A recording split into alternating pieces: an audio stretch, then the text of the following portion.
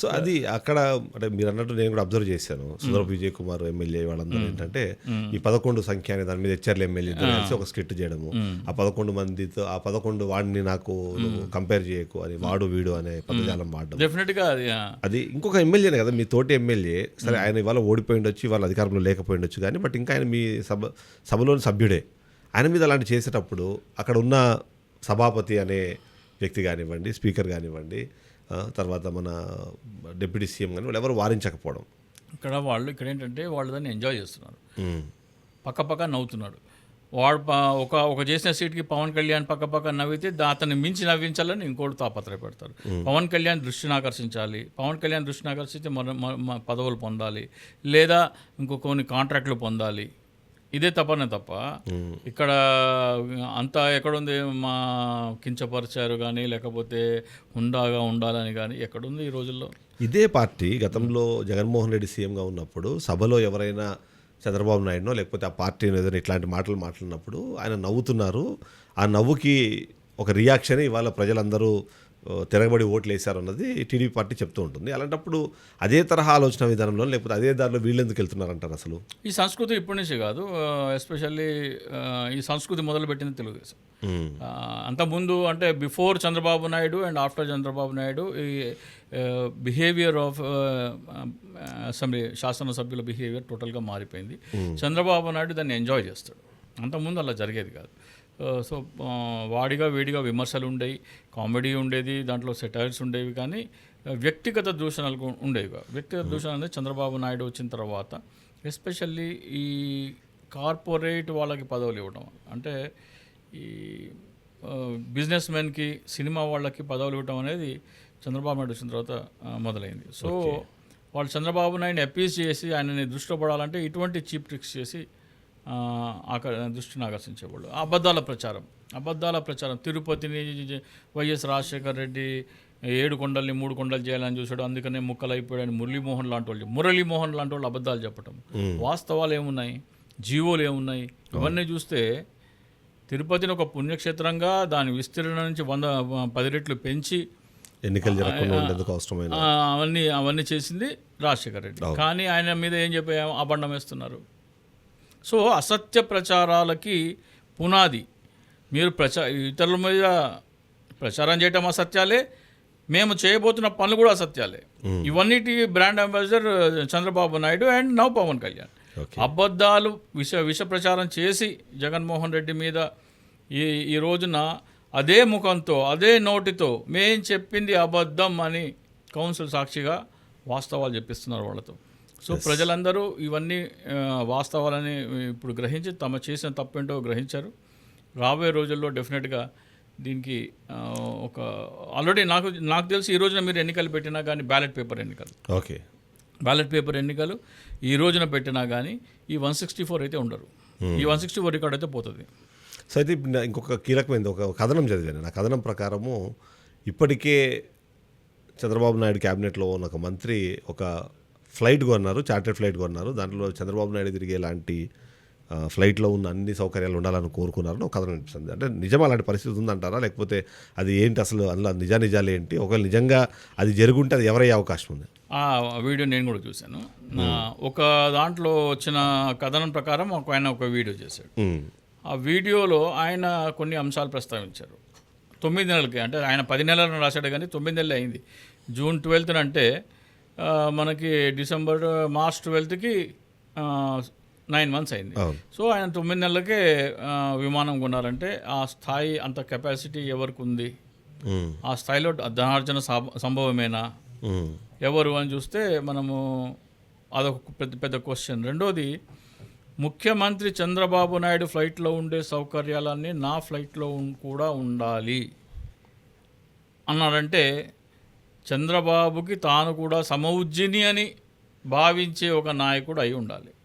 ఆ నాయకుడు అది కథనం నిజమైతే కనుక, ఈ వాదన కూడా నిజమైతే కనుక అది పవన్ కళ్యాణ్ తప్ప ఎవరు కాదు. ఎవరికి అంటే చంద్రబాబు నాయుడు క్యాబినెట్లో ఉన్న ఎవరు విమానం కొనే సాహసం అయితే చేయలేరు.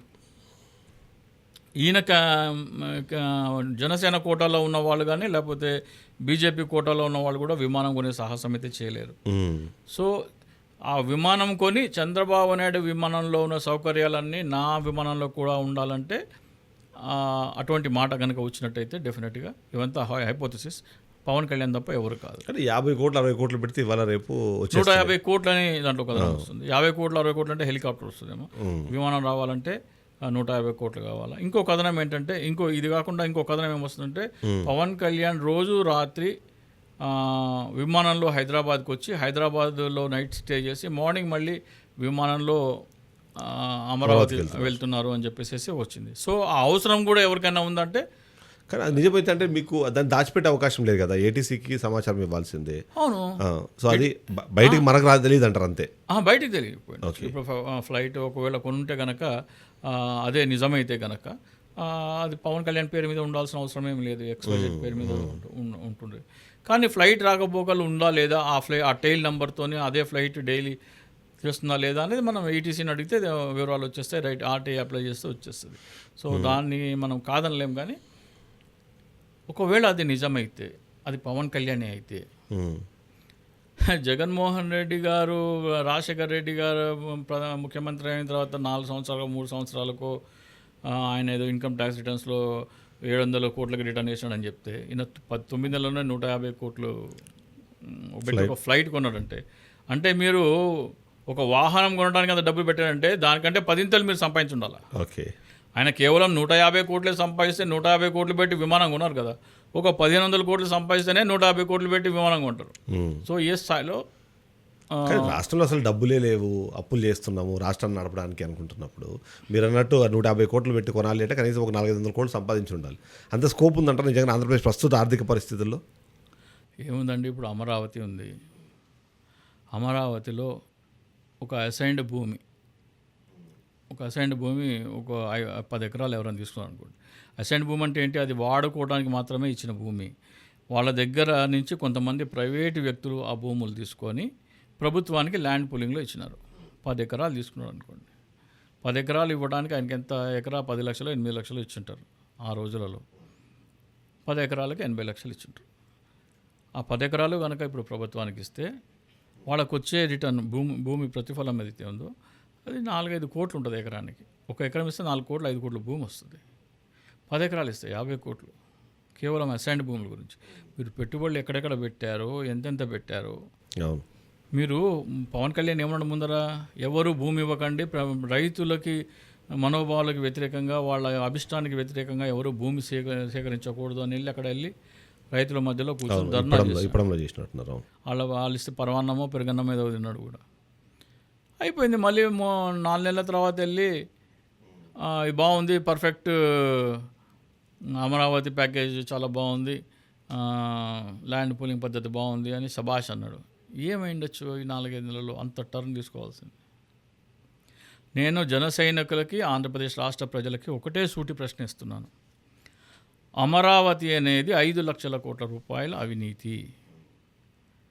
నేరుగా మీరు రైతుల దగ్గర నుంచి 2013 భూసేకరణ చట్టం ప్రకారం కానీ, లేదా ఆ రోజు మార్కెట్ రేట్కి డబుల్ రేట్ ఇచ్చి భూమి కొనేసినట్టయితే ప్రభుత్వ ఖజానాకి లక్షల కోట్ల రూపాయల ఆదాయం వచ్చేది. ఆ లక్షల కోట్ల రూపాయలు ప్రభుత్వ ఖజానాకి రాకుండా భూమి ఇచ్చిన వాళ్ళకి వెళ్ళేలాగా ఒక చట్టం చేసినారు. ఆ చట్టమే లోపభూయిష్టమైన అవినీతిమయమైన చట్టం. ఆ చట్టం ఇచ్చే కంటే ముందరే అక్కడ సమాచారం ఉండి, లేదా చట్టం వచ్చిన తర్వాత సరే అక్కడ చాలామంది భూమి 10 లక్షలు 12 లక్షలు 20 లక్షలు 30 లక్షలు కొనేసినారు. ఈ రోజున అక్కడ ఎకరం 20 లక్షలు 30 లక్షలు పెట్టి కొన్నా కానీ ఆ ప్రైమ్ ఏరియాలో అది 15 కోట్ల నుంచి 30 కోట్ల మధ్యలో ఉంటుంది. అసెంబ్లీ దగ్గర చుట్టూ కోర్ క్యాపిటల్. సో దాంట్లోనే మీకు 1000 కోట్లు వచ్చేస్తుంది మీకు.